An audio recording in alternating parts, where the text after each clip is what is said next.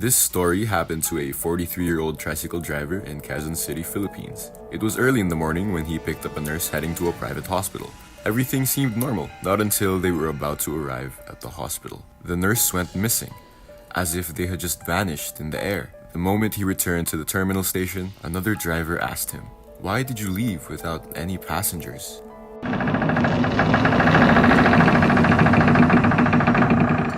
This story happened to a pregnant woman from Ibaan, Batangas, Philippines in November 2007. One afternoon, as she was walking outside their house, she noticed her husband walking along the cemetery near their house. She followed her husband, but she slipped along the wooden bridge before she even reached him, and the moment she stood up, she already lost sight of her husband. A few minutes later, when she was walking back home, she noticed her husband carrying a crib and wearing a different dress. Due to curiosity, she asked him, "Do you go to the cemetery?" Then her husband replied, "No, I went to the market to buy a new crib and some food for you."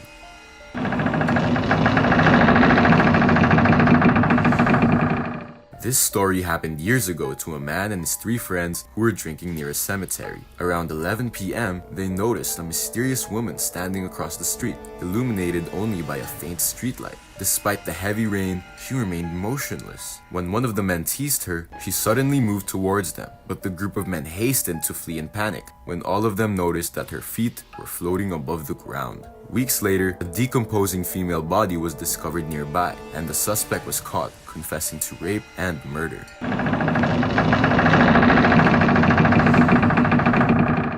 This story happened 9 years ago at St. Luke's Medical Center in Quezon City, Philippines. A 20-year-old girl spent a month caring for his injured cousin. On their last night before discharge, a power outage plunged the ward into darkness. She then heard an unfamiliar voice coming from a child. The voice led her to a blocked stairway. The next day, the girl asked the janitor why the stairway was blocked. The janitor told her there was a young kid who died there upon falling from the stairs.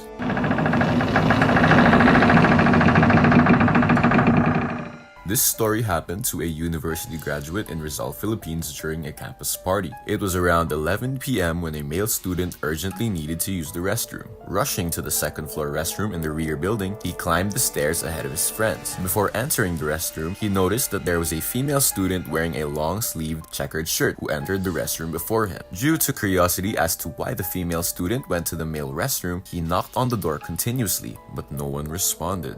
Fear arose in him when he slowly opened the door and noticed that there was no one inside.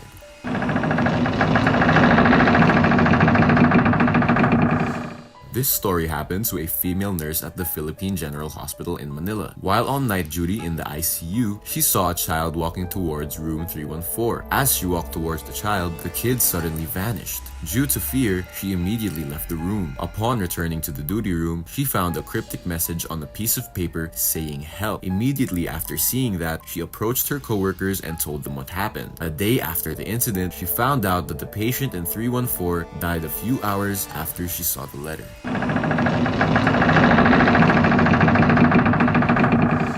This story happened to a college student at a university in the Philippines. It was around noon class when a female student went to the comfort room alone, without knowing that there was a creepy story about that same comfort room. The moment she entered the cubicle, she heard an eerie female voice repeatedly whispering, "Ole, ole." Due to being clueless about it, she just neglects it and goes back to her class. Fear arose in her the moment her professor told her that ole meant look up, leading her to conclude that there might have been someone on the ceiling when she entered the cubicle.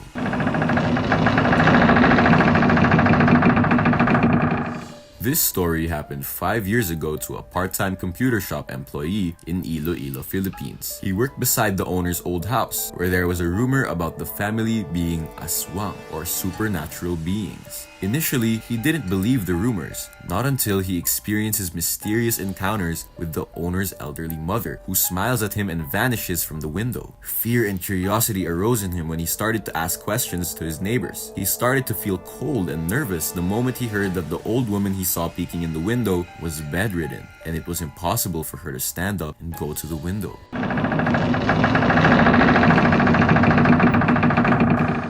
This story happened 8 years ago to a man named Ray. Ray was driving home from a late night shift on Baleta Drive in Quezon City, Philippines, when he saw a pregnant woman around her 30s begging him to drive her home. Feeling sympathetic, Ray offered her a ride. Suddenly, the car's radio and lights flickered. When Ray glanced at his passenger, she vanished. Panicked, Ray slammed the brakes. His car crashed, but he survived. The next day, Ray discovered about a tragic car accident years prior, killing a pregnant woman on Baleta Drive. Her ghost, dressed in white, had been seen by many drivers since, and Ray was the last witness.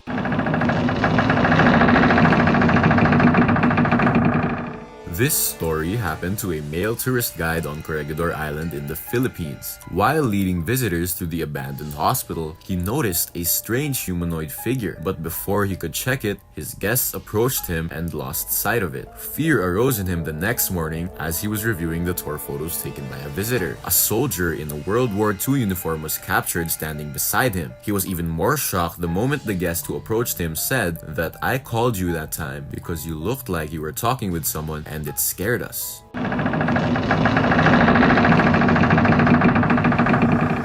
This story happened to Mark, an employee at a Makati high-rise on a Friday the 13th, 7 years ago. Boarding the elevator after a late shift, Mark noticed the display screen flickering, showing only the number 13 repeatedly. Uneasy, he pressed the ground floor button again. The elevator suddenly dropped. When the doors had opened, Mark stumbled out gasping. The display screen now read ground floor, but the elevator had stopped at the basement level. Mark shuddered, recalling the frightening history behind the number 13, a number long associated with bad luck, superstition, and Friday the 13th tragedies. Starting from that day, Mark never rides the elevator alone again during the night shift.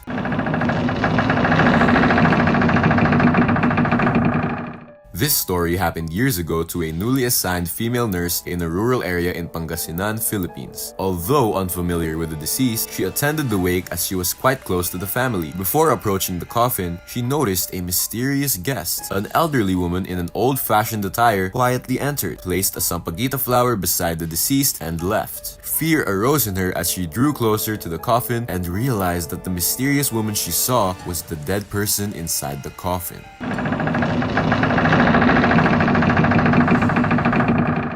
This story happened to a female college student in February 2013. She often walked alone at night past an abandoned warehouse on her way home. One evening, she saw a strange old lady staring at her while whispering something before quickly getting on a jeep. Later, curious, she asked the locals about the abandoned warehouse. Fear arose in her the moment she heard that there was a huge fire that burned down the warehouse where many people had lost their lives, including the owner, who was an old woman.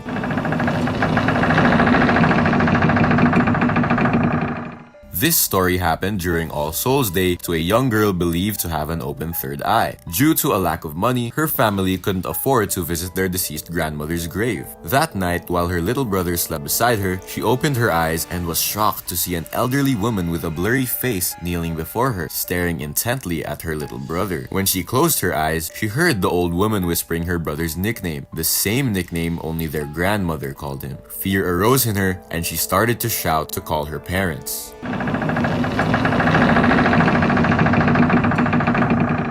This story happened years ago to a first-year college student living in a boarding house in Cebu City. Every night at 2 a.m., she'd wake up to noises in the bathroom, sounding like someone was pouring water. Initially, she thought it was just a board mate from another room. However, one fateful night at 2 a.m., she urgently needed to use the bathroom since she had to pee. As the same noise echoed inside the bathroom again, she peeked through the gap under the door expecting to see feet, but there were none. And due to fear, she sprinted back to her room and prayed, and starting on that day, she never went to the comfort room at midnight again.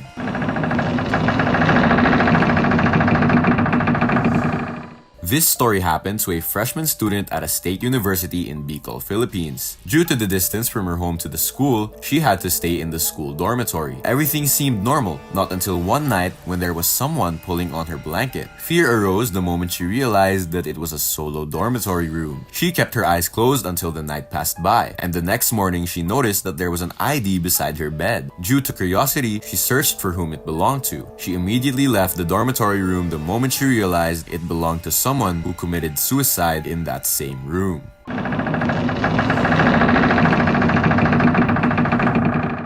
This story happened during a Christmas vacation in Pangasinan, Philippines. It was during the night when everyone was already sleeping except for a young boy. While he was playing, he heard her grandmother's voice calling for him to come into the living area. Everything seemed normal, not until the moment he went downstairs. There was no one there aside from the glowing Christmas tree. He immediately shouted to call her grandma, when suddenly his father came to him and told him, "Don't shout, grandma is already sleeping."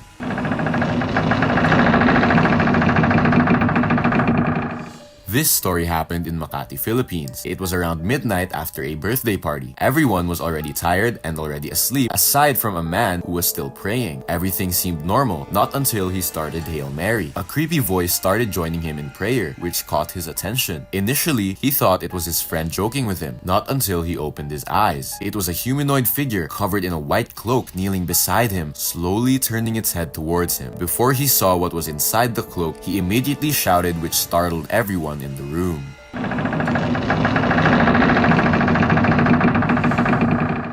This story happened to a 38-year-old man who works the night shift at a BPO company. It was around 2 a.m. when he took a jeepney ride home. Aside from him was an old woman who sat closer to the driver. He asked the old woman to hand over his fare to the driver, but the old woman didn't respond. The driver yelled, telling him to pay his fare himself as he was the only passenger in the jeepney. The moment he heard that, he immediately got off the jeep even though he was still far away from home.